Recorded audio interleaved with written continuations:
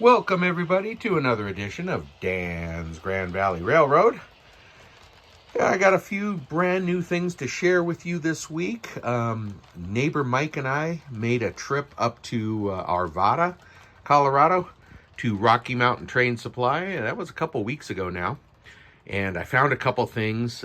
They're getting to have a pretty nice used section, which is really fun because you can find some deals. I'm still looking for an area appropriate police car. I think we need a police car for Grand Valley here. Needs to be about 1965 or older, not too old, because the police always use vehicles that are within 2 or 3 years. So it can't be older than 65, but it needs to be no older than about 61 or 62. So I'm looking for that for a good price. I saw one. It was actually a late 50s police car. I think it was a 58 or a 59 at a hobby town up in Aurora, but they wanted like $32 for it. And, you know, little car. I'm like, nah, can't do that. So, yep, if you know of a bargain somewhere, let me know. Anyway, so neighbor Mike and I were up at Rocky Mountain Train Supply. I got a couple of things I want to share with you. And then we have some fan featured photos. Some folks have sent in quite a few photos over the last couple of weeks. So we'll be sharing those with you too.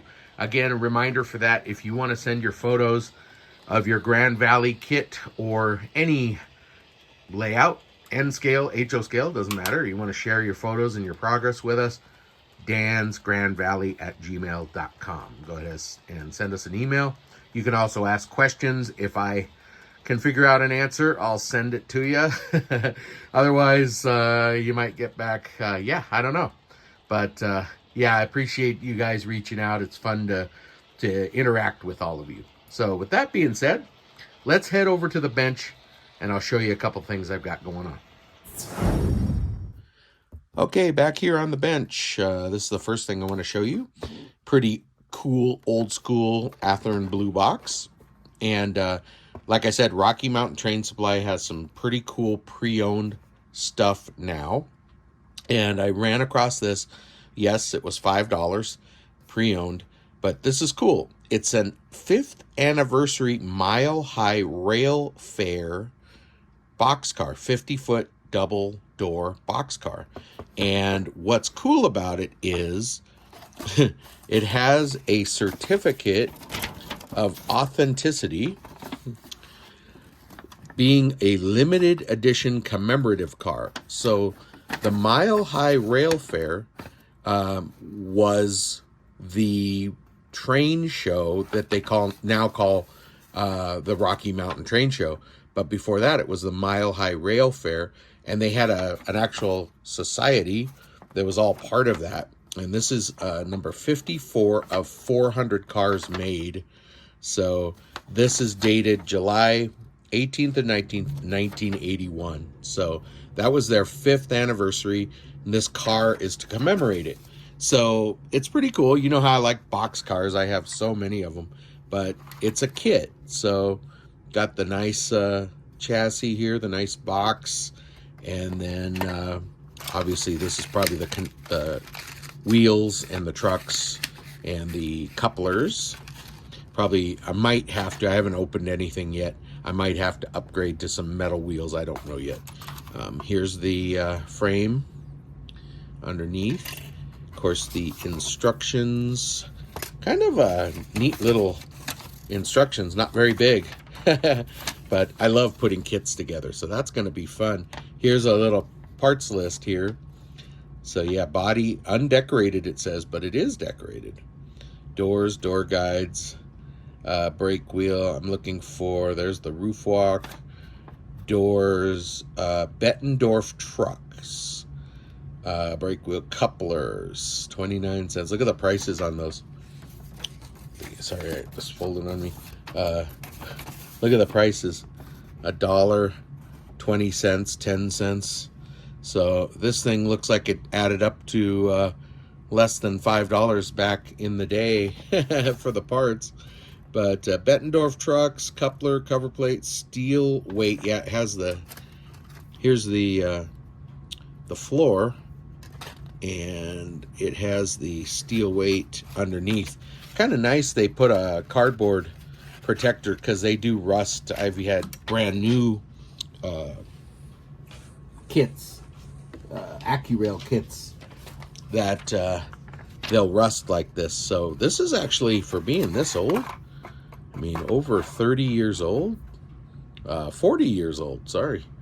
That's not too bad. I usually will shoot them with some flat black or something to, you know, I'll scrape off the rust spots and shoot them with some spray paint. And then it's got 4 doors. So like it said in the description, it's a 4-door, 50-foot boxcar. So at some point I'll put this together and we'll run it on the layout. Let me know if you guys want to see a video of the actual assembly, or if you just want me to build it and run it on the layout. So let me know. So that's one of the things I got. Okay, so you guys know, if you've been following the channel for a while, you know that I found this, well, actually 2 of them. I found these Union Pacific bay window cabooses separately, and I decided I wanted to light them up. And so I got the NCE Light It decoders, and they came in a 3-pack. There's 2 of them. I used 1 in each of the cabooses that I did, and so there's a decoder in here. And then I also put in some large capacitors to hold the power, and use these tiny little LED lights. These are red LED lights. Tiny. I mean, those are really tiny. And installed those. Oh, and the Light It decoder has this part right here is a light. So that's my interior light. So that I mounted the decoder on the roof. And so this has capability of running multiple lights. And they have all kinds of commands, so you can make them flash, you can make them flicker, you can do all kinds of stuff with them. So I've got, right now, I have one on each end of the caboose, right behind the ladder. Yeah, you can see it right there. And then on this side too. And it uses power pickup trucks, Bettendorf trucks with power pickups. So you can either power them with a battery or something with a switch you can turn on, or I even contemplated a magnetic switch where you just run something over it and it'll turn it on. But I went with the powered trucks, and so it's assigned a number. You can see the number I have written there. That's the, like if you had a locomotive, that's the identifying number for the DCC. So this is completely controllable by DCC. I can turn the lights on and off. I can change them to flashing, whatever I want to do. I can change the CVs on the little decoder board, and I can you know, play with it just like you can a regular locomotive. The only difference is this does not have sound. It just has the lights. I built 2 of them. I will put descriptions down below. And heck, I'll put some up here for the video of me building these things, and then weathering and everything. It was a project that I did a couple years ago. The weathering is kind of slightly worn off a little bit because I used powders, and, you know, just handling them, putting them on and off the tracks, it kind of wipes off the powders. But it still looks pretty weathered. You can see it on the trucks there, and along the bottom, the utility box. So anyway, with that being said, I found this at Rocky Mountain a couple weeks ago. Let me get a better shot of this here. So this is a Athearn Genesis Tsunami Sound car with LED. It's got sound. And it's a Union Pacific CA-9 caboose with a cupola up there. And it's really, really nice. So I have not removed it from the box yet. I haven't even tried it. So we're going to do that today. And we'll take it over to the layout and we'll try all of the sounds and lights and see what we get. So with that being said, let's take it out of the box. Before we get to opening this, I just also wanted to mention, many of you have been following along. I've had this little kit sitting here. It's not a kit, it's a caboose that was completed, and I've taken it apart. It was also a used item, and I think I paid about $5 for it too. $5.18 it says here. But anyway, I just found at Hobbytown some seated engineer and fireman figures, and I'm gonna have them sitting up in there when I get to it. And also, I've been planning to light this and do all that. It has some significant problems. It needs to be completely reworked. It's a big project, so it's been kind of sitting here.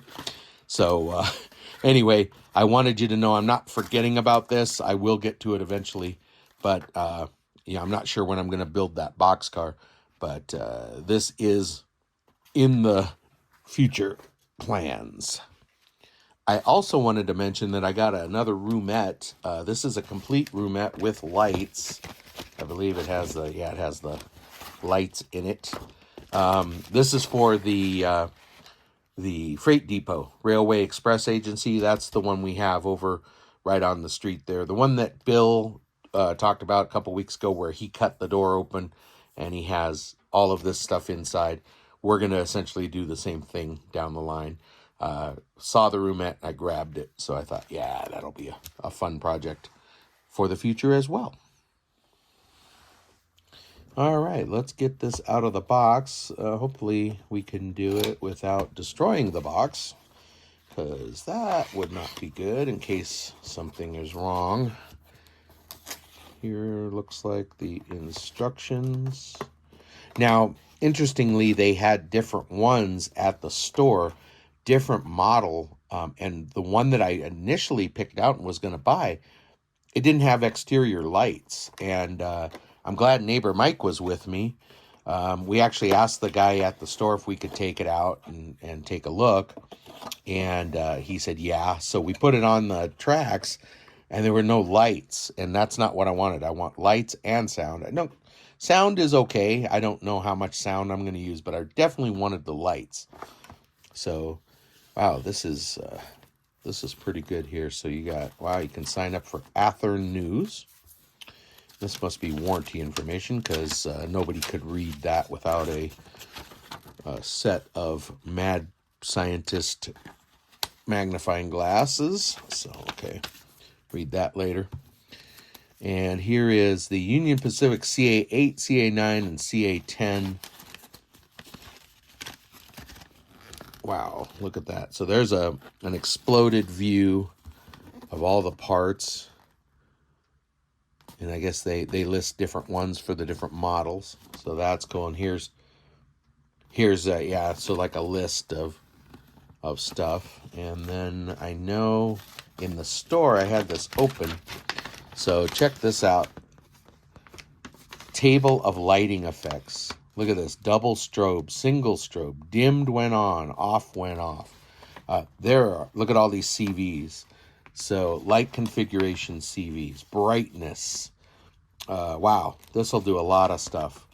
Decoder function assignments, headlight not used, not like forward secondary marker, reverse secondary marker, interior lights, auxiliary lights. Wow, this is totally cool. Setting the hyperlight effects. So this is going to take some studying. I'm not used to all this fancy stuff. Now, you guys that have fancy locomotives that do all this stuff, you guys know all this. But me, I don't know about all this cool stuff. I know Tom, my buddy Tom, TV Toms, he and I chat quite a bit, and he talks about CVs and all this neat stuff. And it's a little bit over my head. So, cool. And then here is just a bit how it's put together. So that's neat. So I'm going to have to study this, but we'll get it out of here and we'll take it over and we'll see if we can get the basic stuff working anyway. So it looks like there's some little tiny parts in a little bag right there. So we definitely don't want to lose that. And it looks like it's a typical clamshell kind of a thing, but it's inside of a plastic sleeve. So I could be yanking on that all day and not getting it off. So, okay, here are two little tiny, look like set screws or something. Man, I don't know what those are. I can't really tell, but we definitely don't want to lose those. Some kind of tiny little parts. And here again, wow, I cannot even tell what those are, but they're obviously some little parts for the exterior, because they're yellow. If you can see here, see that? Wow, little tiny pieces. So we don't want to lose those. Okay. All right, let's, there we go.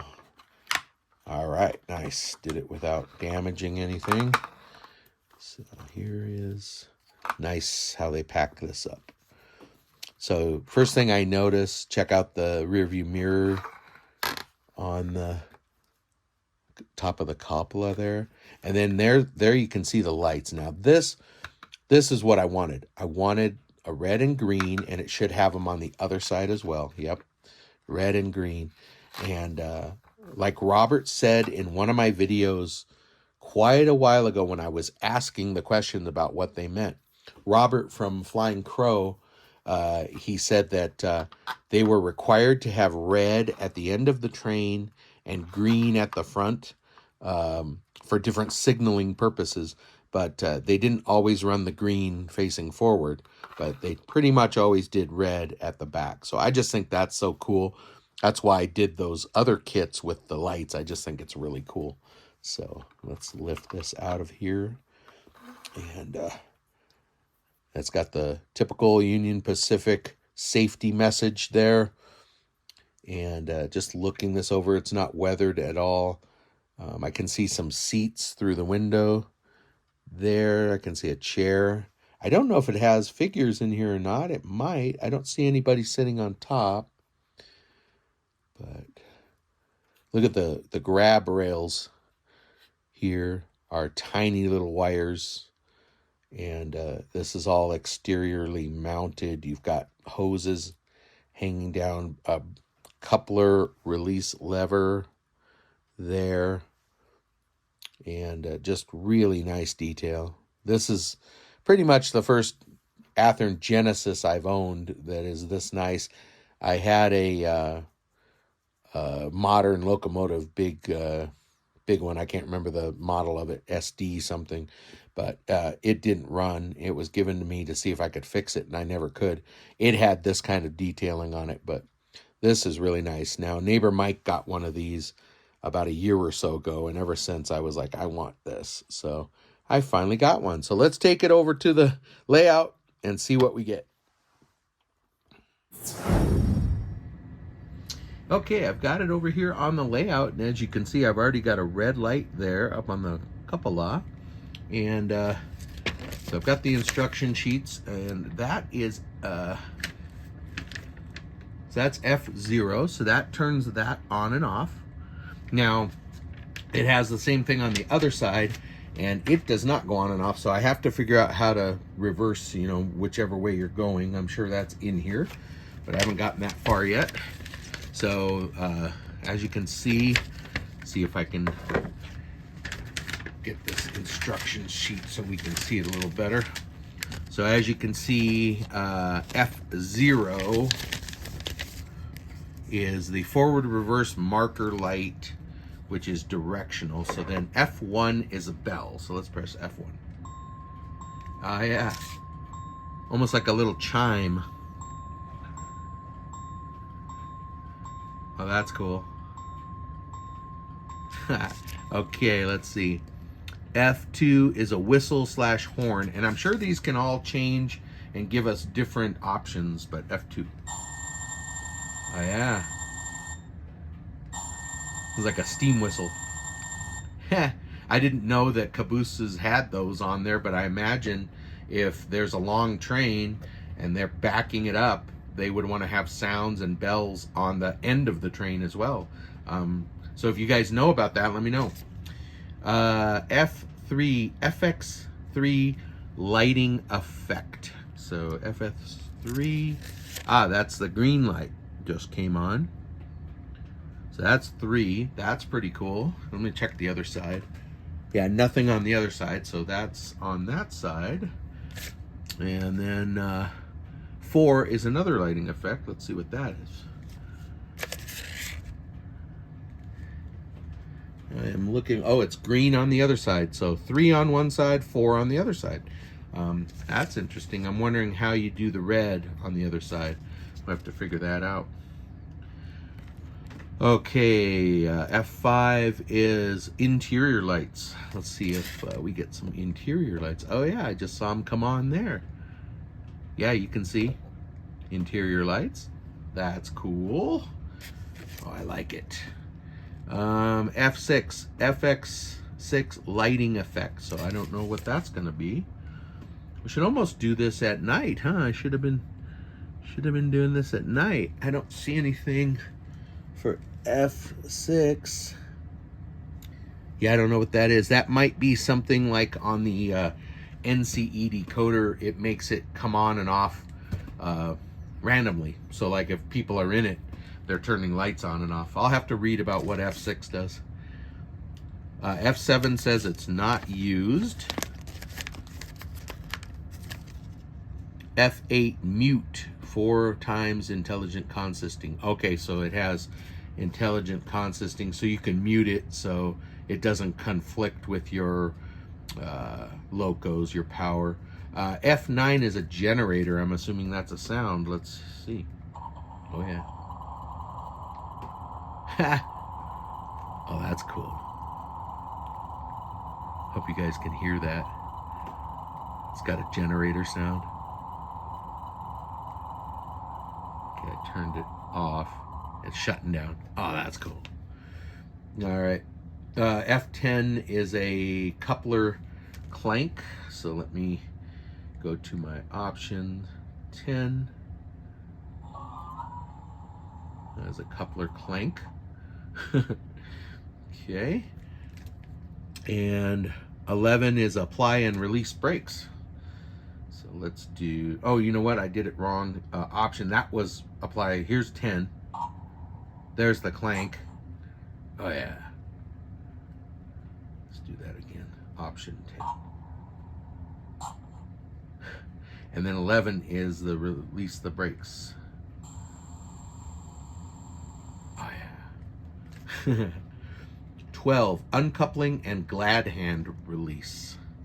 So 12.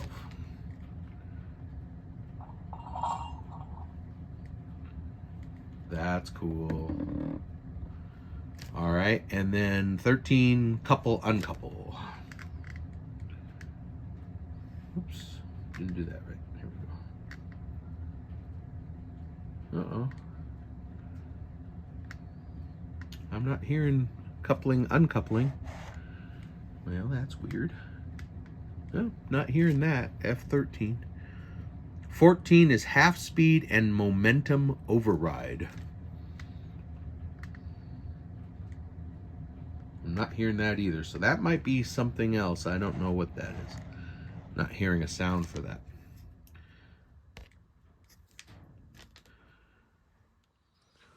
So yeah, looking at this, we won't have time to go through all the CVs this time, but here are different air horn whistle selections. Amtrak, Nathan, Wabco, Leslie, Caboose, whistle 1 and 2.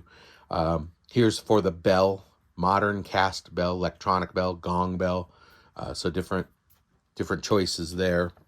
Different hyperlight control mode settings, single flash strobe, double flash, prime, strobelight, different things. Mars lights, different stuff. So this will all be fun to play with. Clickety clack control. Wow. Must have that. So I'll have to play with that.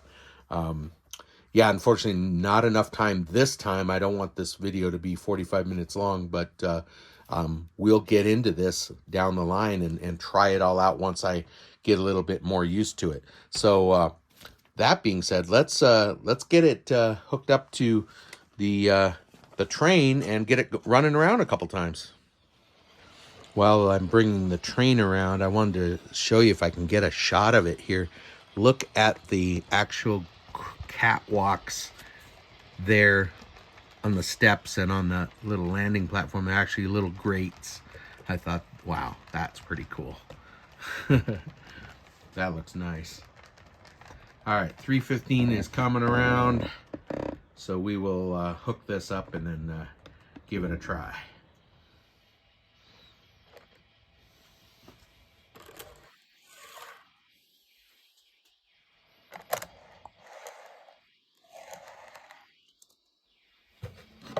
All right, let's see here. We call number 3, 0. I got the red light on the back going. And let's get it. Oh, wrong direction. There we go. There it goes. Swing the camera around.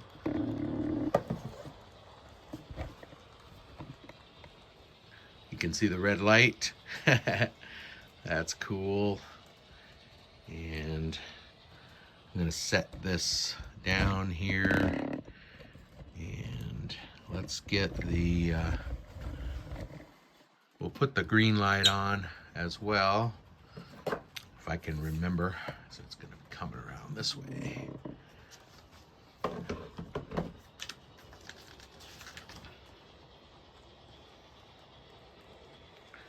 Turn the headlight on the loco.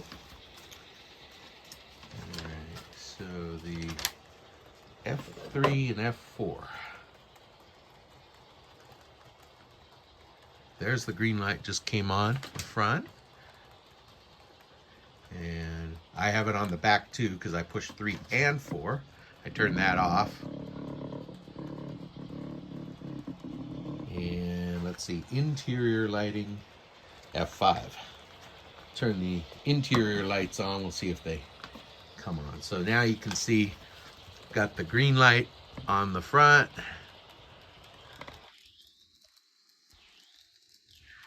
Interior lights should be on. Like I said, I should be doing this at night. We'll do a run at night. And then there's the red light on the back. Oh, that's cool. Very cool. All right, I set it so it's got some sounds on it while it goes by. So let's see. Should hear the generator, the bell, and I'll do the whistle.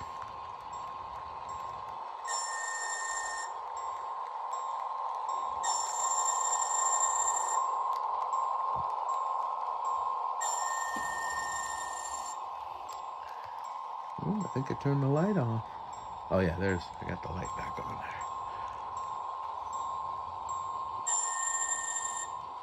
there. Well, that's outstanding. I like it. Let me know what you guys think about the new Caboose. I think that's pretty cool. Always fun to have some new stuff. I would like to get some more power units. And Tom is going to be sending the F units back pretty soon. So we'll have those to go over and see all the changes he did with those. That's going to be pretty exciting. So that's going to be cool. All right, let's turn the bell off now. Very cool. All right, well, with that being said, I don't want this video to be too long. So let's get to our, go up here, Fan Featured Photos. All right, the first ones come from Jeff S. He's a recent subscriber to the channel. He's working on the Grand Valley layout, and you can see here he's modifying it with an over and under. He's eliminating the cross tracks and doing something different with his sidings, but he's making great progress. Also, check out the carpentry on his table. Those look like dovetail drawers there on the front. Looks like Jeff is quite the accomplished carpenter. That's a nice table, Jeff. All right, we have Ramiro A. He is working on the Grand Valley. He's a recent retiree, and he is working on the track plans with AnyRail software, and he's redesigning it a little bit. He's going to go with the Plus layout, and he's going to straighten out the curves before and after the bridge, and he's also working on this nice yard here. So he's going with a 5x12. He's expanding it.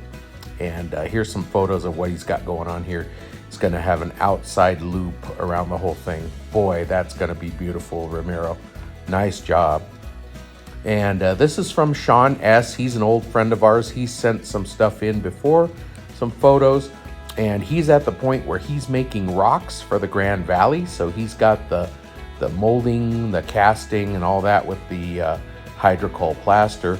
And now he's done the leopard spotting with the rocks and the painting, and man, those came out nice. Look at that. They look like real rocks.